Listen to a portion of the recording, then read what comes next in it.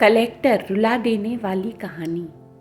एक गांव में विजय नाम का लड़का रहा करता था।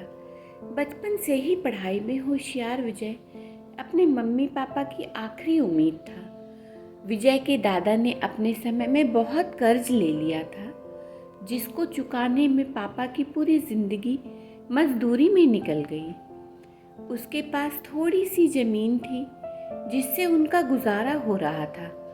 पापा की तबीयत मजदूरी करने से खराब रहती थी, पर पापा विजय को इस बात का एहसास नहीं होने देते थे। विजय को पढ़ाई में इतना होशियार देखकर उसके मम्मी पापा ने हर वह काम किया जिससे वह विजय को पढ़ा पाए।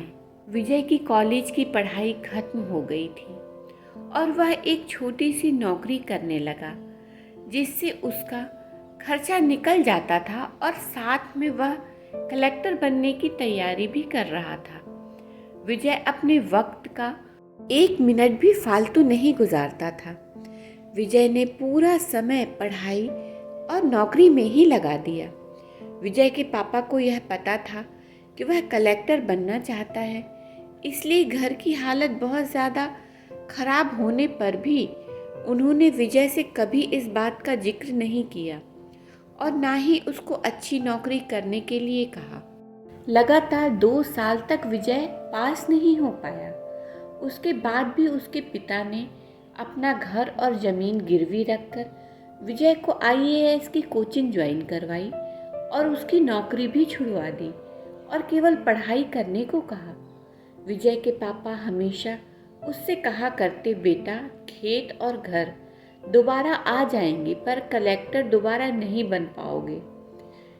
आज पूरे साल पढ़ाई करने के बाद विजय का रिजल्ट आ गया, जिसमें वह अच्छे नंबरों से निकल गया था। आज उसके पिता से ज़्यादा खुश कोई नहीं था।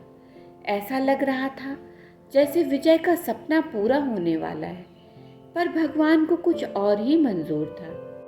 विजय का कल इंटरव्यू था और सुबह से उसके पापा की तबीयत खराब थी।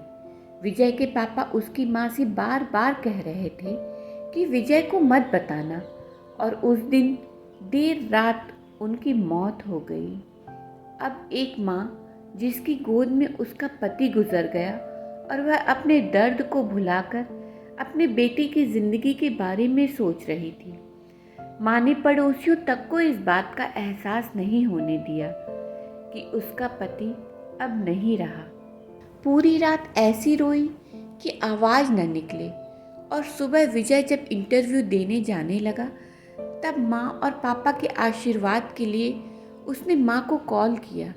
माँ ने पूरी हिम्मत लगा दी अपना सच छुपाने के लिए और विजय को आशीर्वाद दिया। और जब विजय ने पापा से बात करने को कहा तो माँ बोली, पापा अब तुमसे बात नहीं करेंगे, वह कलेक्टर से बात करेंगे। इतनी बात करके माँ ने फ़ोन रख दिया। विजय का जब इंटरव्यू हो गया तब उसे बताया गया कि उसके पिता की तबीयत खराब है, उसको तुरंत घर जाना है। विजय को एक पल नहीं लगा अपने पिता की हालत समझने में। घर पहुंचकर पिता के पैरों में गिरकर वह ज़ोर ज़ोर से रोने लगा और कहने लगा, पापा उठो, देखो मैं कलेक्टर बन गया।